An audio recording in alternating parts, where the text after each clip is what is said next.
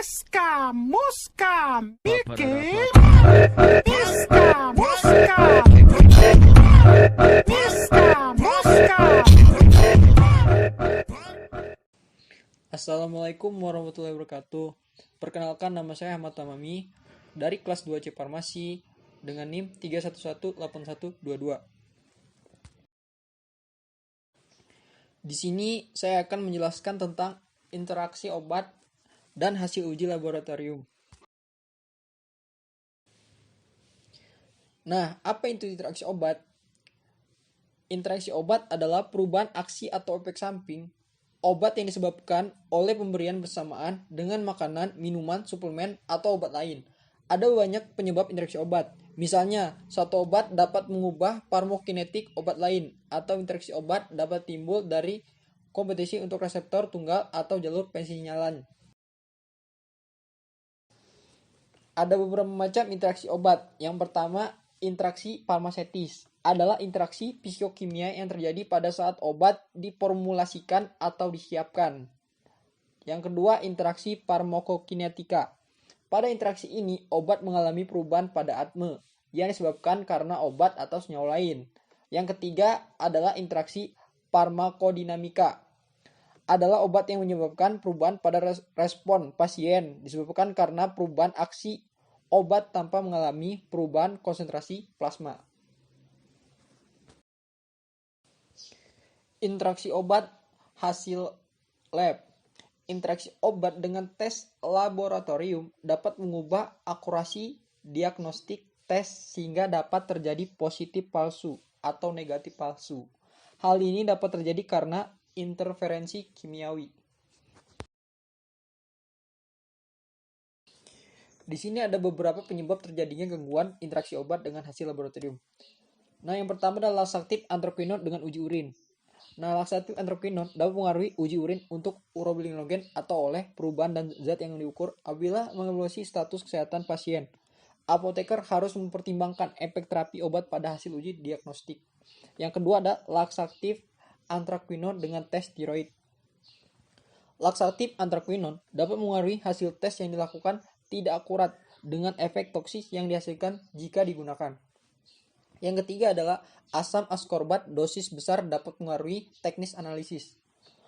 Sumber interaksi dalam pengukuran glukosa, Hb dan nitrat mengaruhi analisis darah dalam fase A negatif palsu.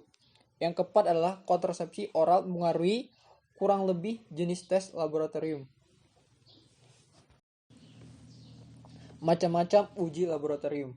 Yang pertama adalah alkalis fosfatase, yang kedua adalah bilirubin, yang ketiga glukosa, yang keempat blood urea nitrogen. Alkalin fosfatase.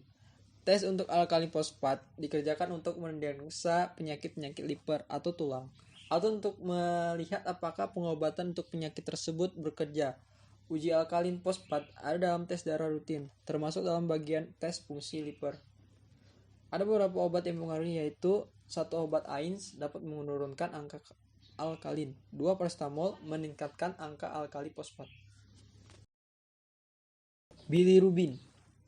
Bilirubin dalam kurung pigmen empedu merupakan hasil akhir metabolisme dan secara fisiologis tidak penting, namun merupakan petunjuk adanya penyakit hati dan saluran empedu.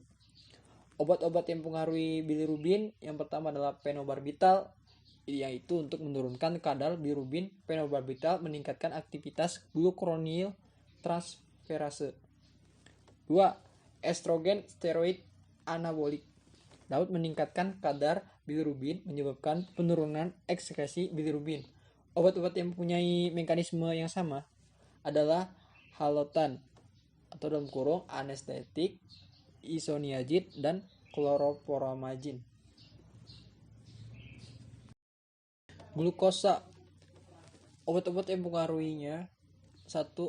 Atenolol dapat menurunkan konsentrasi glukosa. Mekanismenya itu mengambil glugenolisis di sel hati dan otot rangka sehingga mengurangi efek hiperglikemia. Yang kedua adalah kortikosteroid golongan glukokortikoid dapat menurunkan konsentrasi glukosa. Mekanisme kerjanya meningkatkan gluconeogenesis dan mengurangi penggunaan glukosa di jaringan parifer melalui hambatan transporter glukosa. Yang terakhir adalah blood urea nitrogen atau bisa disingkat dengan BUN tes. Tes ini digunakan untuk melihat apakah ginjal bekerja dengan baik atau tidak. Di mana pada fungsi ginjal normal, tes dilakukan dengan mengukur jumlah nitrogen yang berada dalam darah yang berasal dari urea. Obat yang mempengaruhinya ada 3 macam, yaitu pertama, 1 furosemid. Furosemid dapat meningkatkan BUN. Mekanisme kerjanya, furosemid adalah obat golongan diuretik kuat sehingga menyebabkan dehidrasi. Jika terjadi dehidrasi, maka aliran darah ke ginjal menjadi berkurang. Yang kedua adalah pankomisin, meningkatkan blood urea nitrogen. Mekanisme kerjanya itu pankomisin dapat menyebabkan ginjal tidak bekerja dengan baik, pengeluaran urea nitrogen menjadi terlambat sehingga kadar dalam darah meningkat. Yang ketiga adalah piroxicam. Piroxicam sedikit dapat meningkatkan kadar BUN pada permulaan terapi yang kemudian menetapkan kadarnya atau dalam kurung palateu. Mekanisme kerjanya adalah penghambat sinesis prostaglandin oleh obat AINES menyebabkan kenaikan kadar blood urin nitrogen. Adapun transminase. Transminase adalah untuk mendeteksi adanya kerusakan hati. Pemeriksaannya dengan pengukuran SGOT dan SPGT. Keduanya terdapat dalam sel hati dalam jumlah yang besar dan ditemukan dalam serum dalam jumlah yang kecil. Kadarnya dalam serum akan meningkat ketika sel rusak atau membran sel terganggu. Sekian yang sudah saya sampaikan. Bila kurang mengerti, saya mohon maaf. Dengan Tuhan saya mohon ampun. Ya, tetap stay safe at home ya di rumah. And thank you. Wabillahi taufiq wal hidayah. Nun wal qalami wa maskurun. Wassalamualaikum warahmatullahi wabarakatuh.